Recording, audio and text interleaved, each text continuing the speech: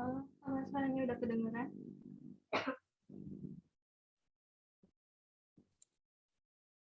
Oh, udah.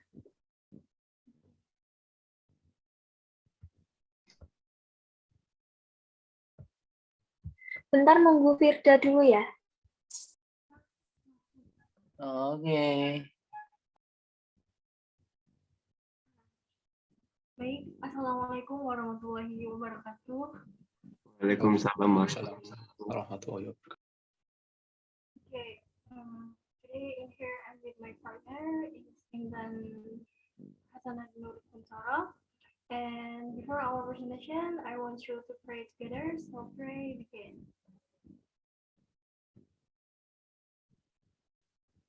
Finish. So, and without further ado, let's begin my presentation. We will presentation about astrology, especially for school one. So next.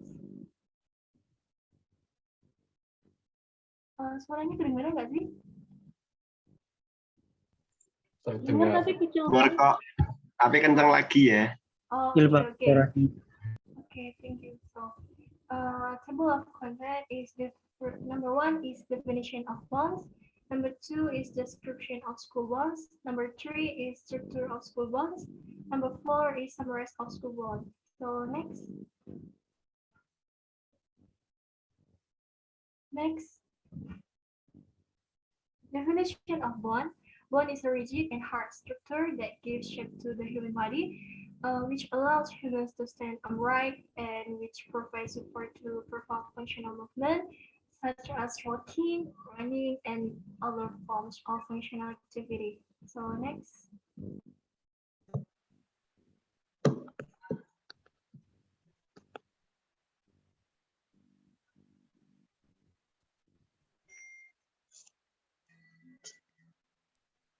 Okay, description of bone of the skull. The skull is a bone structure from the head in vertebrate. It supports the structure of the face and provides a protective stability for the brain.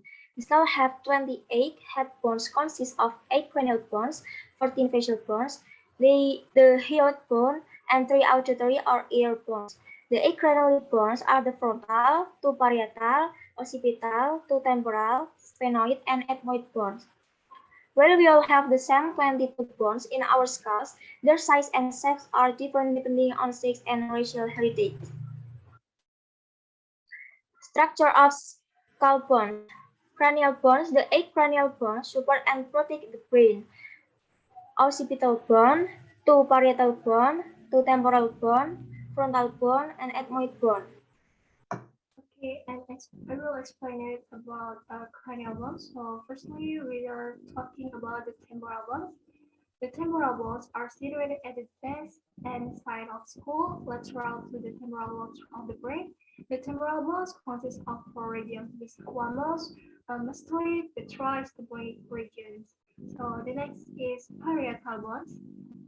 So the two large parietal bones are connected and make up part of the roof inside of human skull. The two bones articulate to form the sagittal suture. So the next is sphenoid bone. The sphenoid bone is situated in the middle of the skull towards the front and forms the rear of the orbit. It has been described as resembling a butterfly due to its wing-like process. The sphenoid bone is divided into several parts: the body of the bone, two greater wings, two little wings, and the pterygoid process. So the next is ethmoid bone. The ethmoid bone is small bone in the skull that separates the nasal cavity from the brain.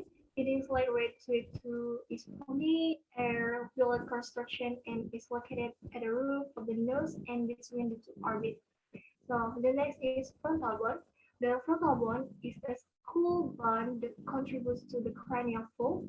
It contributes to form part of the anterior cranial fossa. Frontal bone, this is the flat bone that makes up our forehead and also forms the upper portion of your eye socket. Next. Next, facial skeleton. The 14 bones of the facial skeleton form the city and biggest spikes. It is made up of the facial skeleton is formed by the mandible, maxilla, and the zygomatic. The bones they give shape. So I will explain it about facial skeleton. So firstly, we are talking about zygomatic bones. The two zygomatic bones form the cheeks and contribute to the orbits. They articulate with the frontal, temporal, maxilla, and zygomatic bones. So the next is lacrimal bones. The two lacrimal bones form the medial wall of the orbit, articulate with the frontal, ethmoid, maxilla, and the inferior nasal conge. The lacrimal bones are the two smallest bones located in the face. So the next is nasal bones. The two slender nasal bones located in the middle line of the face fuse to form the bridge of the nose and also articulate with the frontal, ethmoid, and maxilla bones. The inferior nasal concha are located within the nasal cavity. So the next is maxilla bones. The maxilla bones fuse in the middle line of form the upper jaw. They provide the depth for the upper teeth, the floor of the nose, and the base of the orbits. The maxilla articulate with the zygomatic, nasal, lacrimal, and palatine bones. So the next is palatine bones. Palatine bones fuse in the middle line from the palatine located at the back of the nasal cavity and from the roof of the mouth, the floor of the orbit. So the the mandible or osmandibula from the lower jaw of the skull, the joint between the mandible and the temporal bones of the neurocranium, known as the temporomandibular joint, forms the only non-sutured joint in the skull. So next is inferior nasal conchae bone. Along with the superior and middle nasal conchae, the inferior nasal conchae works as the filter, humidify, warm the air that we breathe, preventing cold air from reaching the lungs. The nasal conchae are able to accomplish is by increasing the surface area of the nasal cavities. So the last is palmar bones. So located in the center of nasal cavity, the palmar is a thin and unpaired bone of the face and skull or cranium. The small trapezoidal bone serves as part of the nasal septum, which is the middle wall of the nasal respiratory cavity. So next.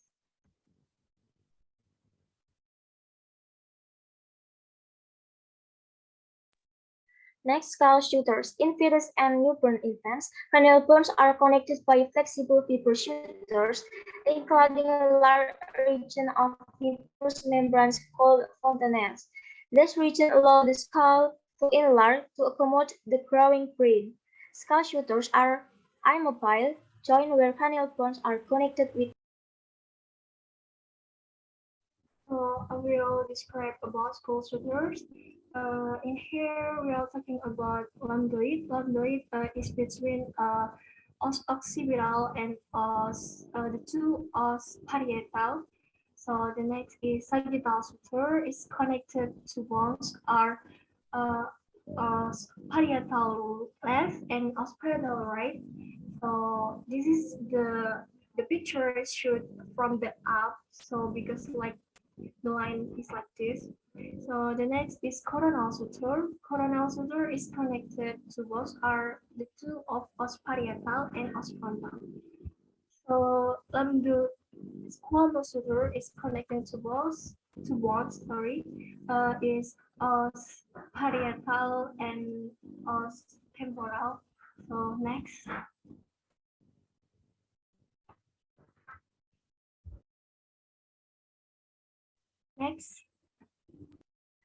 Next, bones of the inner ear. The hide bone, laryngeal skeleton, and bones of the inner ear are commonly categorized with skull bones. Inside the petrous part of the temporal bone are the three smallest bones of the body.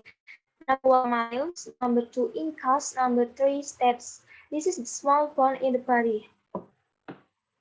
The three bones articulate with each other and transfer vibration from the tympanic membrane to the inner ear.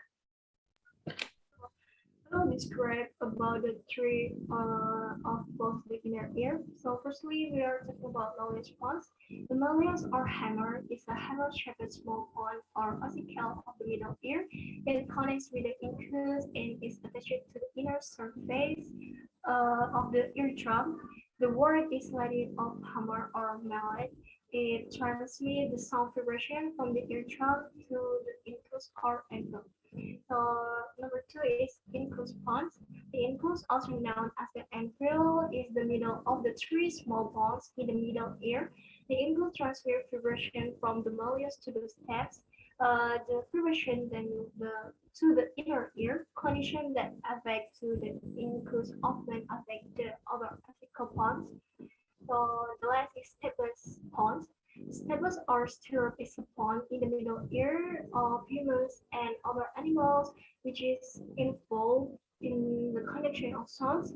Vibration to the inner ear. This pond is connected to the oval window by its annular ligament, which allows the foot plate to the transmit sound energy through the oval window into the inner ear. So next.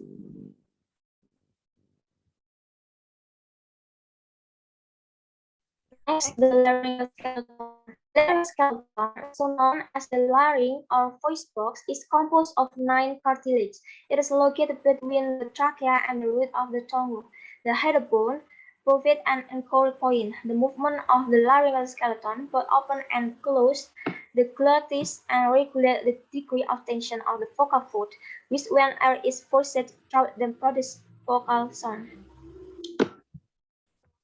I will describe about head point.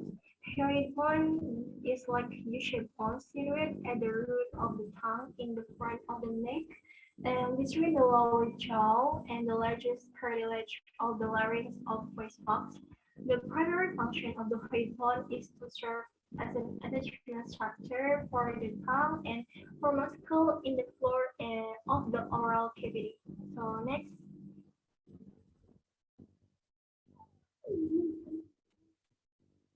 Rest of skull bones. The skull is a bone structure that forms the head in vertebrates. It's for the structure of the face and provides a protective cavity for the brain. The 28 head bones consist of 8 cranial bones, 14 facial bones, and the head bone, and 3 auditory or ear bones. The skeleton of the head of vertebrate forming bony or cartilaginous has the ankles and protects the brain and sense organs and supports the chest. So, any question? You can raise hand or like center in the chat.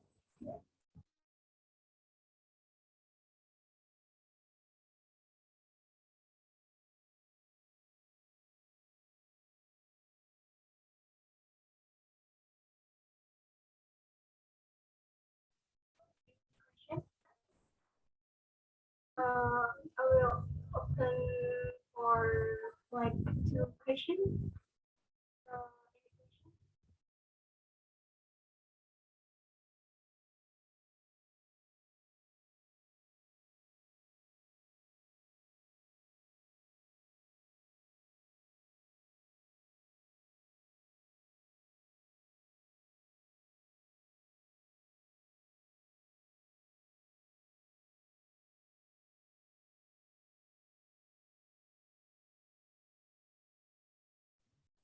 Clearly,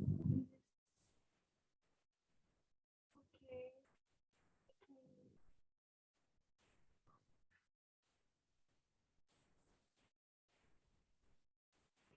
Chat in the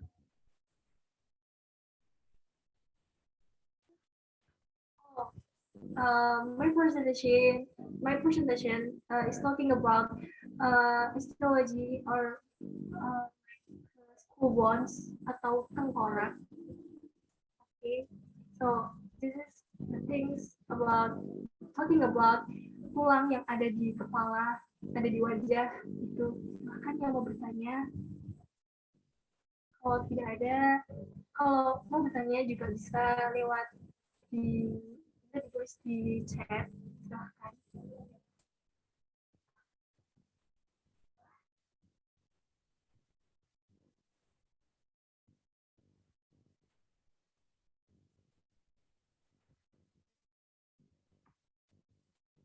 Kalau nggak bisa bahasa Inggris, bisa pakai bahasa Indonesia, nggak apa-apa, silahkan.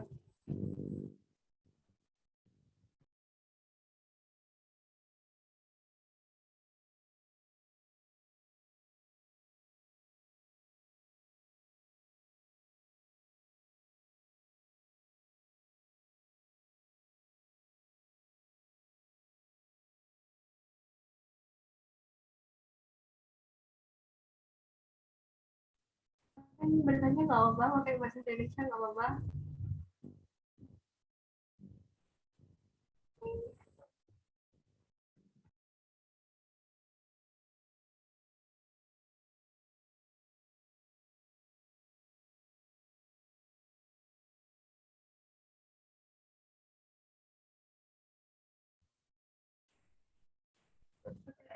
Tidak ada bahasa Indonesianya, tapi ada translate-nya bahasa Indonesia ada, tapi nggak ada PPT yang bahasa Indonesia. Jadi ya begitu.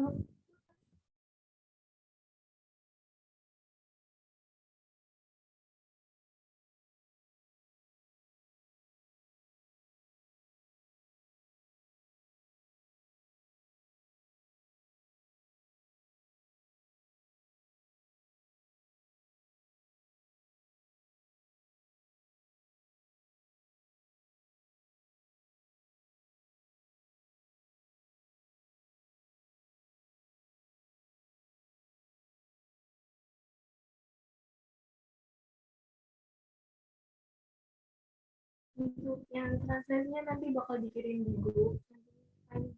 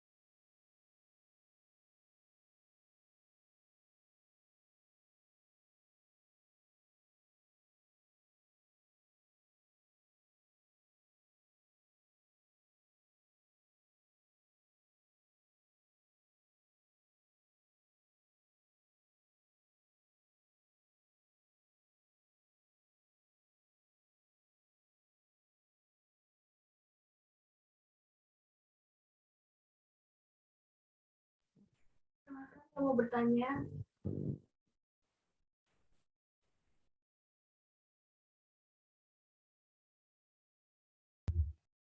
Maaf izin bertanya.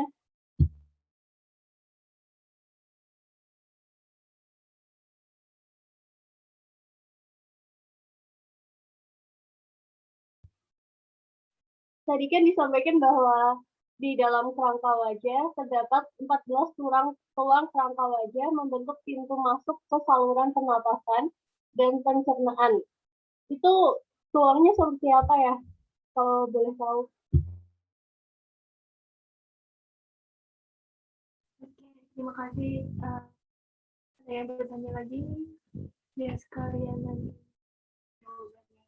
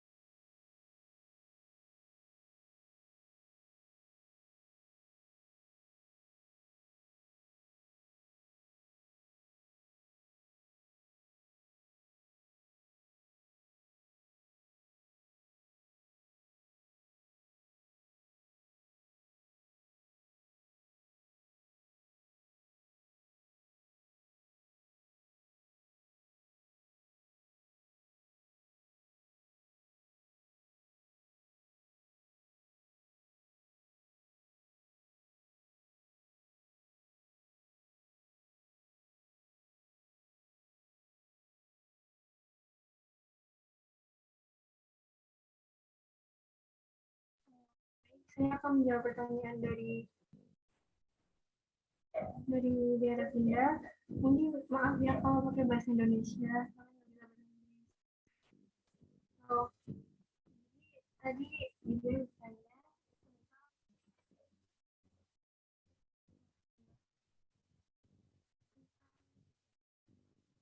14 ruang kerangka wajah yang membentuk pintu masuk keseluruhan pernapasan dan pencernaan itu seperti apa? Jadi jadi itu kayak lubang-lubang yang ada di wajah kita itu kan berasal dari bentuk dari tengkorak itu. Jadi sebagai kayak jalur untuk masuknya suatu hal kayak misal di hidung itu angin udara nanti kan bakal masuk ke kayak ke tenggorokan nanti ke paru-paru itu tuh ibarat kata tuh kayak seperti akses masuk untuk suatu hal seperti itu. Apakah dari Sunda sudah paham? Sudah paham, terima kasih Firda. Ya sama-sama.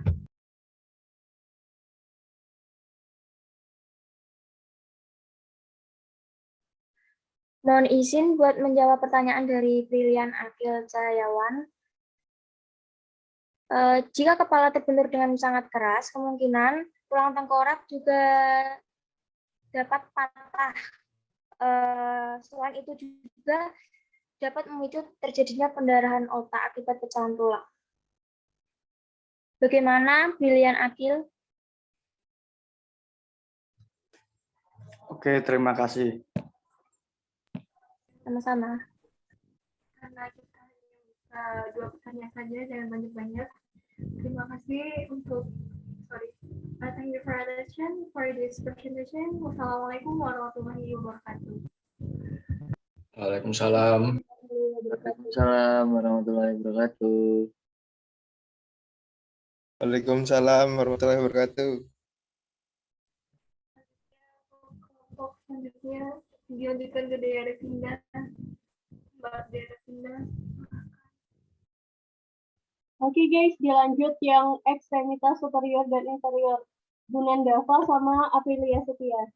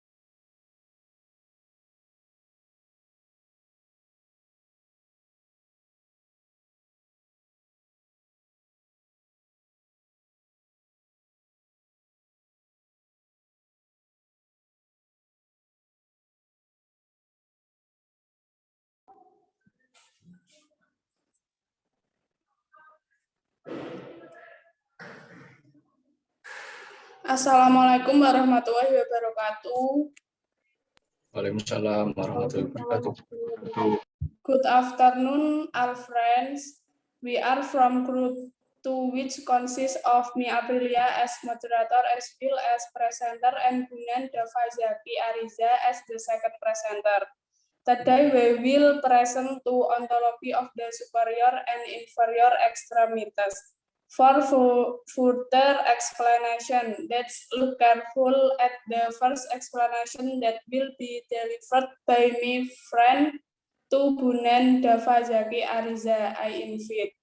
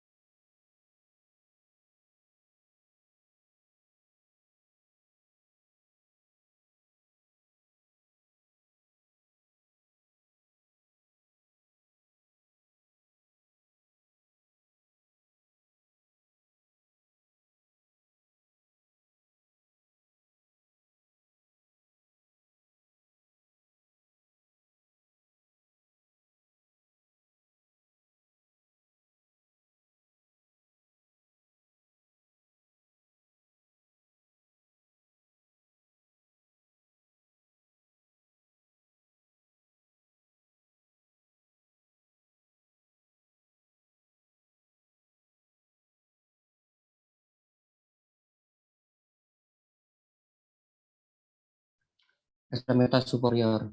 Bagian ekstremitas atas terdiri dari tulang scapula, tulang scapula, tulang humerus, tulang ulna, tulang radius, tulang karpal, metakarpal, dan flanges.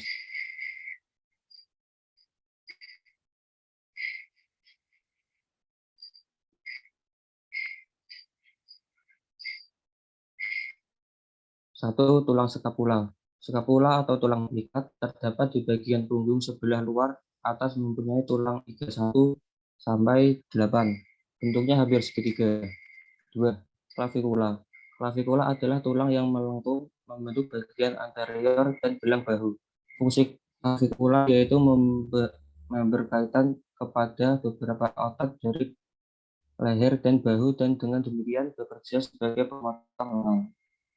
3. Humerus. Humerus atau tulang pangkal lengan mempunyai tulang panjang seperti tongkat.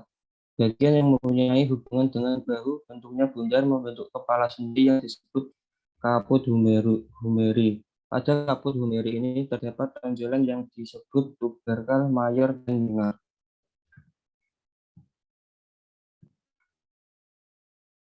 4. Ulna. Ulna adalah sebuah tulang pipa yang mempunyai sebuah batang dan 2 ujung. Tulang itu adalah tulang sebelah medial dari lengan bawah dan lebih panjang dari radius. 5. Radius. Radius adalah tulang di sisi lateral dengan lengan bawah. Merupakan tulang pipa dengan sebuah batang dan 2 ujung dan lebih pendek daripada ulna. Di daerah proksimal, radius berartikulasi dengan ulna, memungkinkan sehingga terjadinya gerak pronasi dan atau supinasi. 6. Metakarpal. Tulang karpalia terdapat dari 8 tulang pendek yang berartikulasi dengan ujung distal ulna dan radius, dan dengan ujung proksimal dari tulang metakarpal adalah tulang karpal tersebut terdapat sendi geser. Kedelapan tulang tersebut adalah scapuloid, lunate, tricutrum, piriformis, trapezium, trapezoid, capitet, dan hamat. Flanges. Flanges juga tulang panjang, mempunyai batang dan 2 ujung. Batangnya mengecil di arah ujung distal. Terdapat 14 falang, 3 pada setiap jari dan 2 pada ibu jari. Sendi engsel yang terbentuk antara tulang flanges membuat gerakan tangan menjadi lebih fleksibel, terutama untuk menggenggam sesuatu.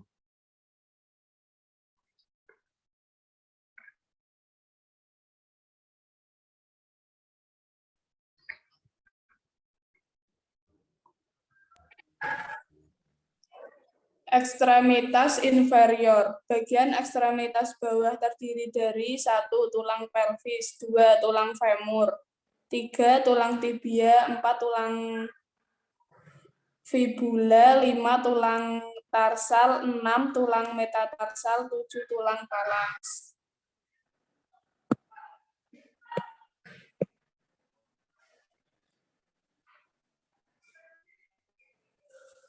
Pelvis. Pelvis terdiri atas sepasang tulang panggul fibon yang merupakan tulang pipih. Masing-masing tulang pinggul atas 3 bagian utama yaitu ilium, pubis, dan isium. Femur. Tulang femur adalah bagian tulang terbesar dan tulang terkuat pada tubuh manusia yang di bagian proksimal berartikulasi dengan pelvis dan di bagian distal berartikulasi dengan tibia melalui kondiles.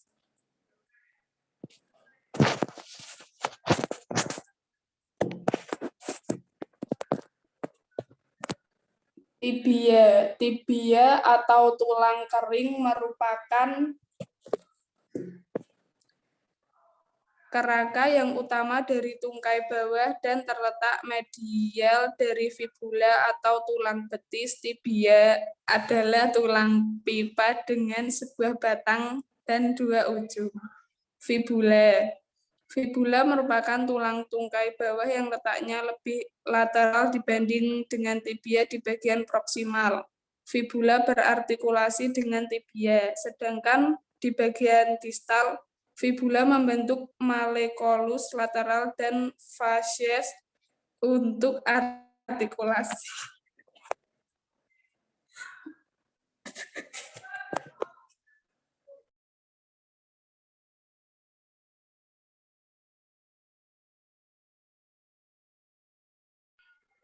Tarsal.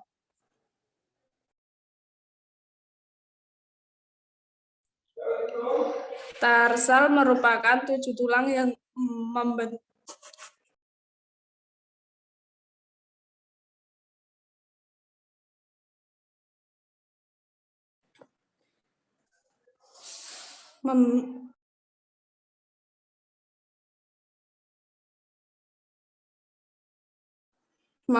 artikulasi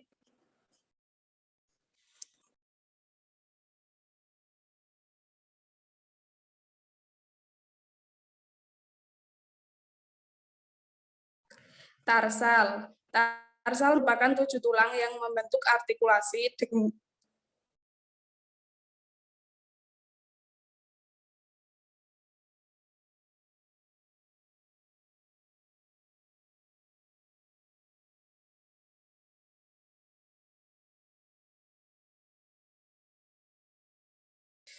tarsal merupakan 7 tulang yang membentuk artikulasi dengan fibula dan tibia yang di proksimal dan dengan metatarsal di distal. Terdapat 7 tulang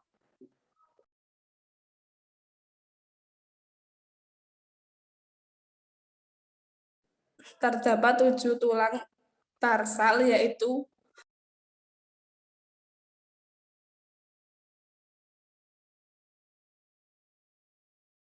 tujuh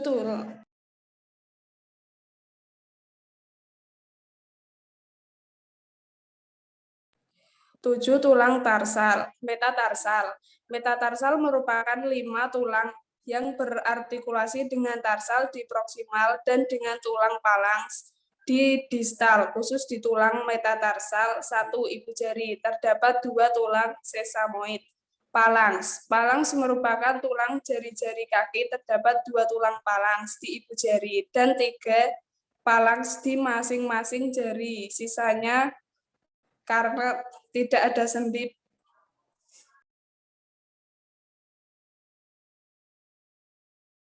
Baik, apakah ada pertanyaan?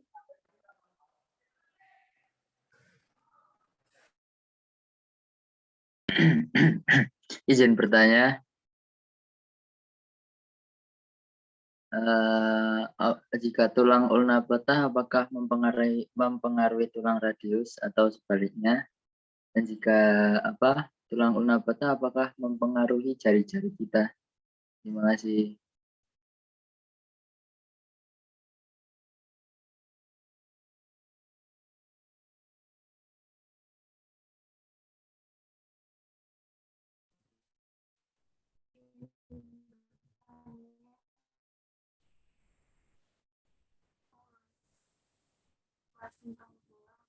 Tentang orang yang memiliki fleksibilitas tinggi, banyak kayak di internet itu video kayak orang memiliki fleksibilitas juga menekuk tangan sampai yang begitu kayak mudahnya gitu. Maaf Mbak Dina, Padahal suaranya kurang jelas. dengan tulang yang sama,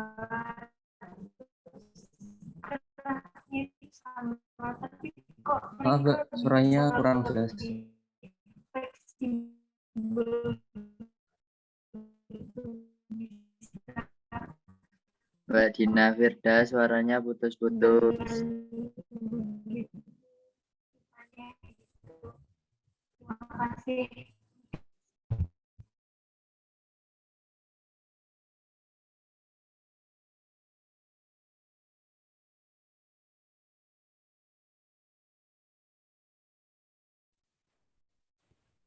Oke, Dengar. tadi disampaikan bahwa di daerah proksimal radius Dengar.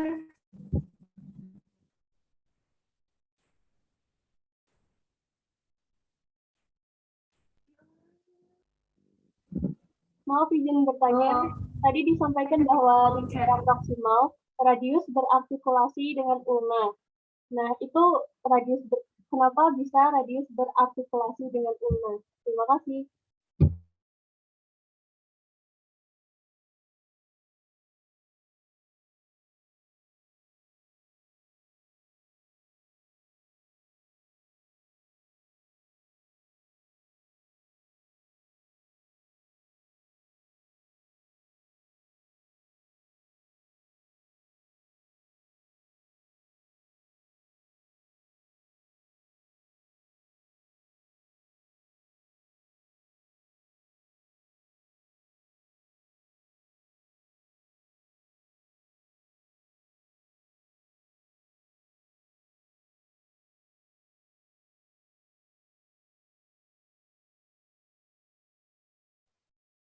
Sudah terdengar saya ngomong?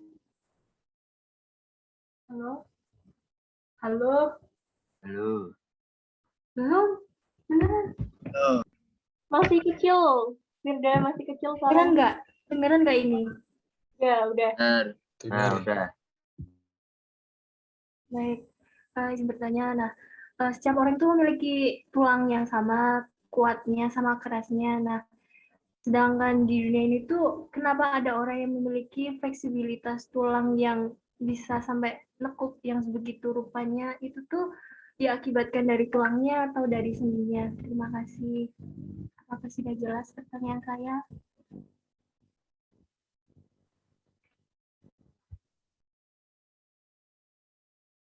Oke. Izin bertanya, mengapa ketika ankle salah satu kaki kesleo mengalami memar dan bengkak, padahal kan yang kesleo itu tulangnya? Terima kasih.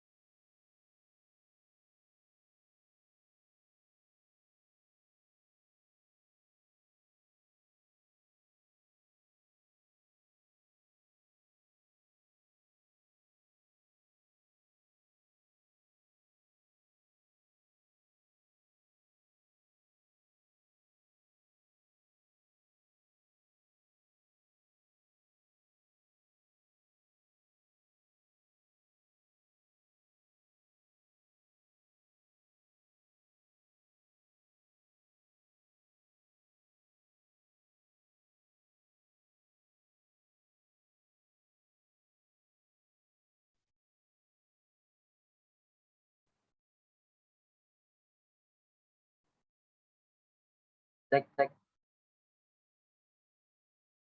cek. Halo, halo. Halo. Untuk tadi pertanyaannya Mbak Siti Munawaroh, untuk yang keseleo ya. Jadi saya perjelas dulu. Jadi keseleo itu cedera yang terjadi pada jaringan yang menghubungkan tulang dengan sendi. Jadi keseleo itu ya cederanya pada jaringannya itu gitu. Nah, umumnya keseleo itu mempengaruhi ligamen di bagian terluar pergelangan. Ya, kalau bengkaknya itu tergantung pada seberapa rusak ligamennya, gitu. Makasih. Terima kasih Mas Yulfar telah menjawab pertanyaan. Saya akan menjawab pertanyaan dari Firda. Pertanyaannya yaitu kenapa setiap orang memiliki kelenturan yang berbeda-beda. Jadi kelenturan itu disebabkan oleh gerakan otot. Karena setiap anak itu berbeda-beda. Dan kalau kelenturan itu disebabkan oleh latihan yang melalui latihan-latihan khusus. Bagaimana Mbak Firda?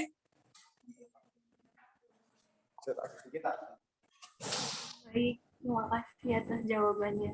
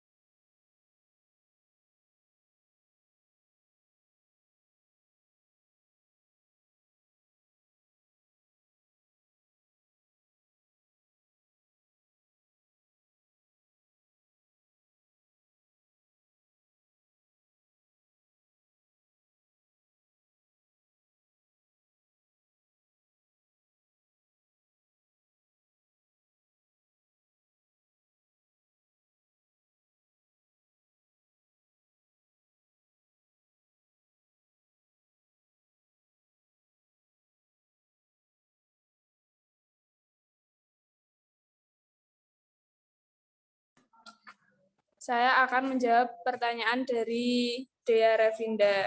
Jawabannya yaitu ulna berartikulasi dengan radius, tapi tidak dengan karpal. Yang bersendi dengan karpal adalah radius. Terima kasih.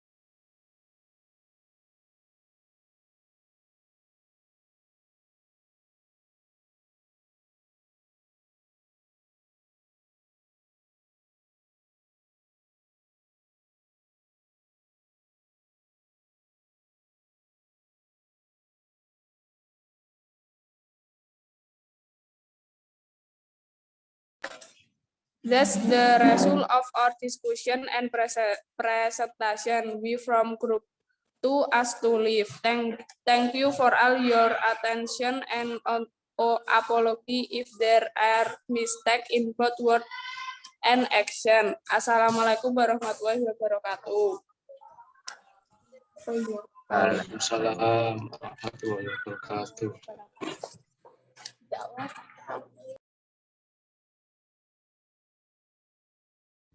Oke, selanjutnya dilanjut presentasi dada dan tulang belakang oleh Mas Fale sama Faisal.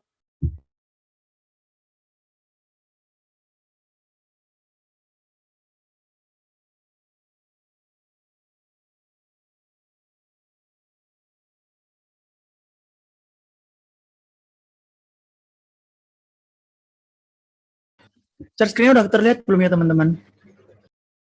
Sudah. Sudah. Oke. Kalau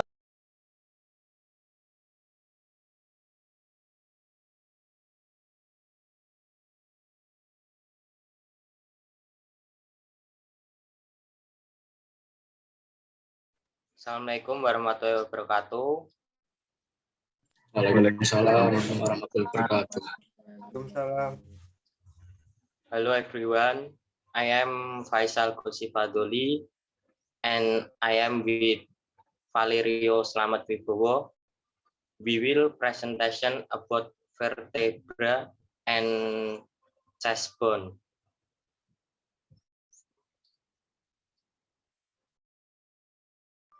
Next.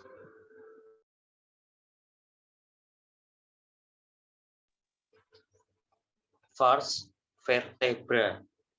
The human spine, the backbone, consists of three irregular bones or called vertebrae.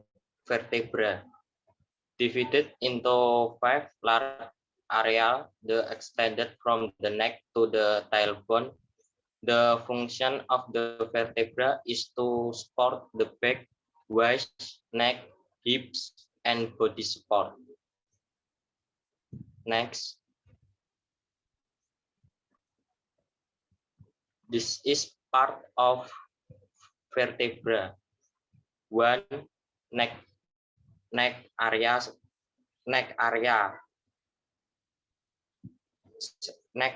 cervical.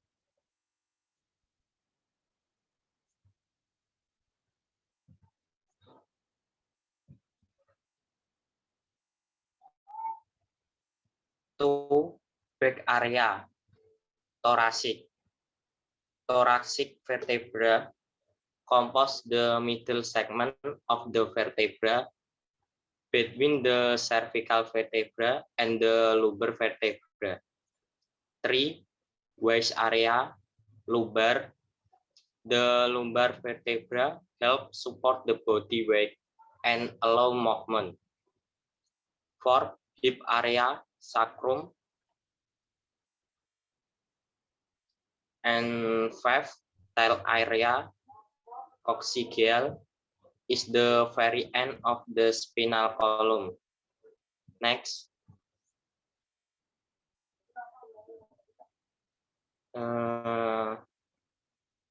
Cervical area consists of C1 and C7 or 7 bones. 2. Thoracic area consists of T1 and T12 or 12 bone. 3. Lumbar area consists of L1 and L5 or 5 bones. 4. Sacrum area S1 and S5 or 5 bones. 5. Coccygeal area CO1 and CO4 or 4 bones. I'm sorry. Next.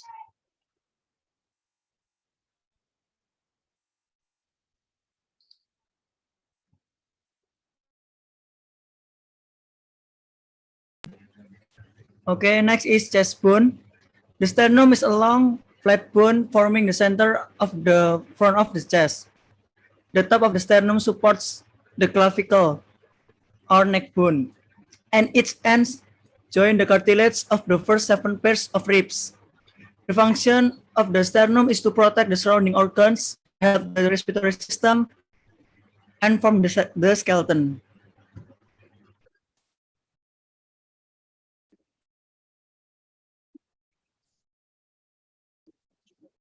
Okay, this is the picture of the chest bone. Chest bone consists of sternum and costa. The sternum consists of 3 main parts. Listed the first is Monobrium sterni. Monobrium sterni is located in the upper part of the sternum, and there are also joints in it. This upstream bone is the place for the attachment of the first and the second ribs, also known as the skull because it is anatomically located at the very top or head of the sternum. It has sturdy properties so that it is able to protect other parts below it and also the organs below in it. And the second is corpus sterni. Corpus sterni is located in the middle, which is where to the 3rd to 7 ribs attach, and then the 8 to 10 ribs are also joined. It has a wide and flat shape. It's a bone that has a strong structure and is also able to support the ribs well. And the third is processor xiphoid. Processor xiphoid is a bone located at the bottom of the sternum, which is formed from cartilage. This bone is cartilage and will be traumatized because it is composed and cartilage that does not develop. It will become hard and as an adult. The next is costa. Costa consists of 3 main parts too. There is costa vera, costa spuria affixa, and costa spuria fluctuantes.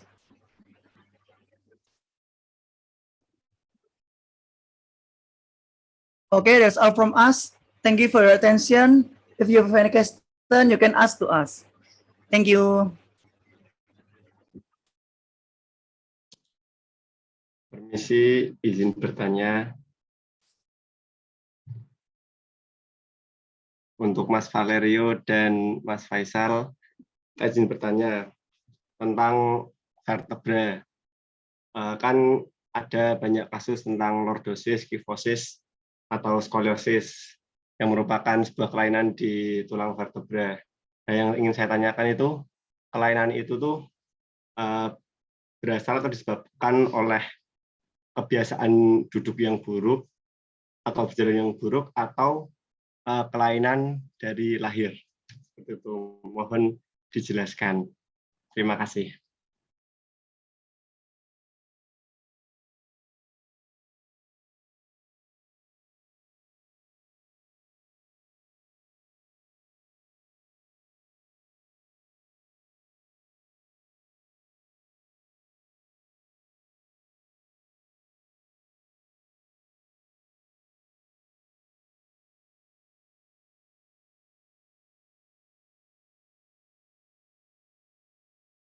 Oke, izin jawab pertanyaan dari Bang Giza. Eh,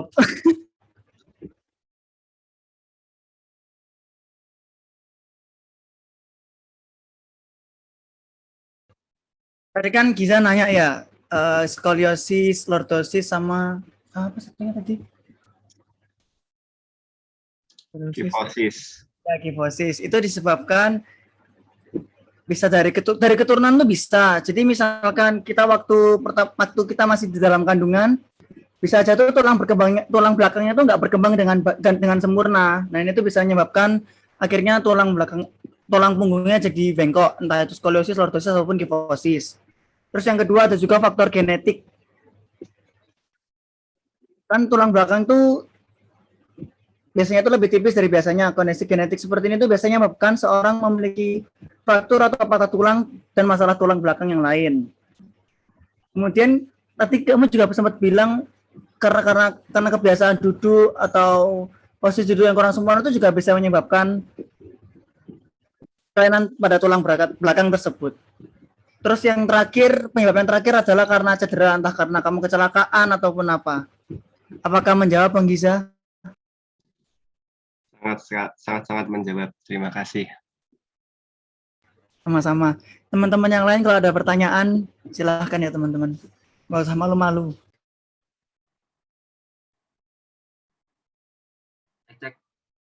Saya mau bertanya. Tadi si Giselias menanyakan tentang penyakit yang ada di tulang belakang. Nah, ini saya sekarang tanya yang normalnya. Ini yang normalnya kan ada kayak lengkungannya, maksudnya lengkungan alami gitu. Torasik gitu kan lengkungannya gini, torasik itu lengkungannya gini. Terus lumbar itu lengkungannya ke sini. Jadi ada kayak lengkungan alami gitu dari atas, terus torasik itu melengkung gini, terus lumbar itu melengkungnya gini. Nah, itu bukan kenapa seperti itu ya, maksudnya kenapa tulang itu nggak lurus gitu, maksudnya ada lengkungan alami, itu lengkungan alaminya sebenarnya untuk apa gitu. Terima kasih.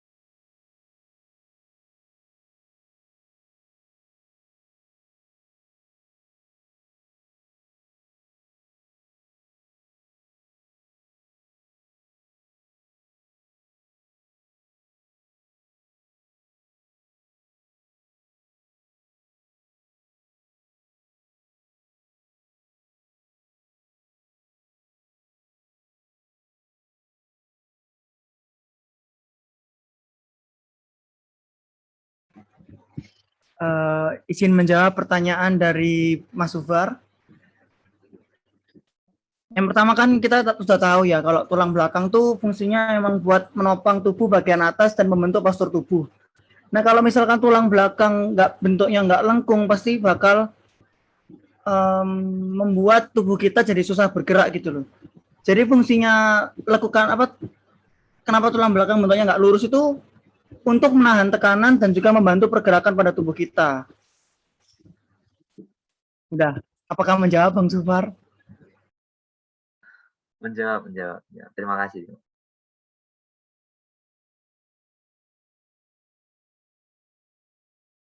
Maaf, izin menambah jawaban dari Valerio. Soal pertanyaan Mas Zufar tadi ya, mengapa tulang memiliki lengkungan alami di vertebra ya? Itu bisa terjadi karena setiap di tulang vertebra itu kan ada torasik, lumbar, sakrum, dan lainnya. Di setiap tulang itu memiliki bentuk yang berbeda-beda.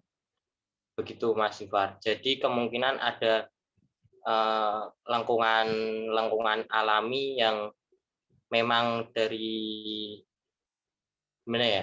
sananya sudah begitu. Kurang lebih seperti itu Mas Ifar. Ya, tapi bukan ya. Oh ya, terima kasih. Tapi sebenarnya bukan itu intinya, bukan kenapa membentuk seperti itu, tapi bentukan seperti itu tuh inti dari bentuk tulang yang melengkung itu tuh sebenarnya untuk apa gitu. Tapi jawaban dari kedua pemateri sudah menjawab, alhamdulillah.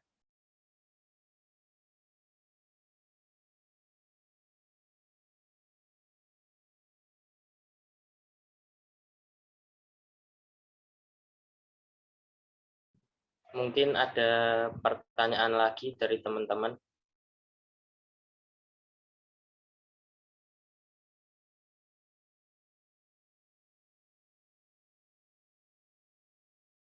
Itu ada yang bertanya di kolom chat.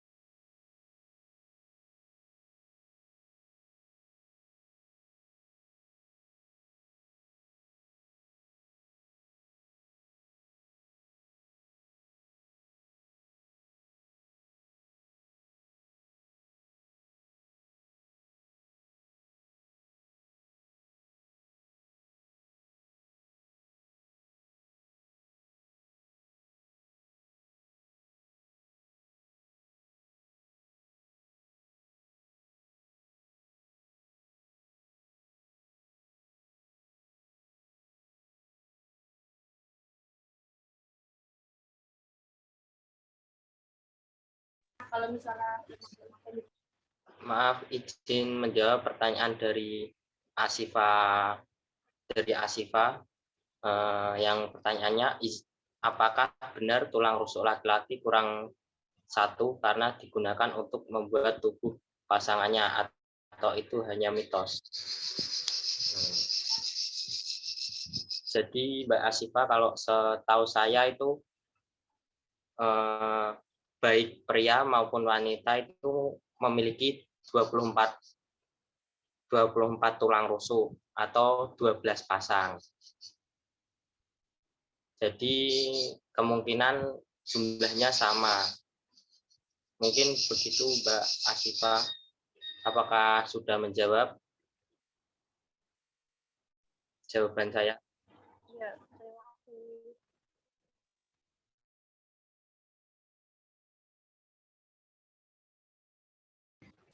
Yang berikutnya aku mau menjawab pertanyaan dari Brilian Akil Cahyawan.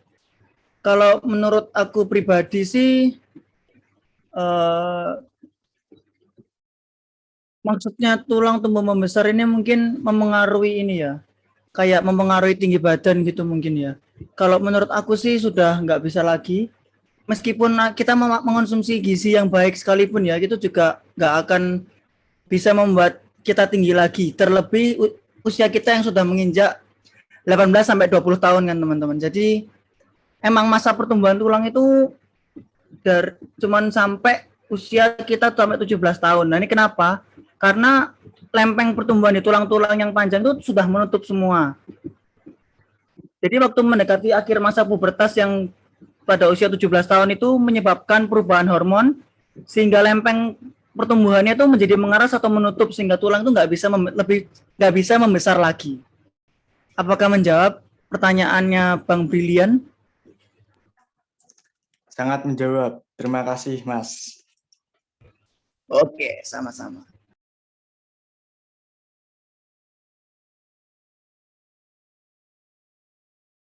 Ada lagi yang mau bertanya, teman-teman?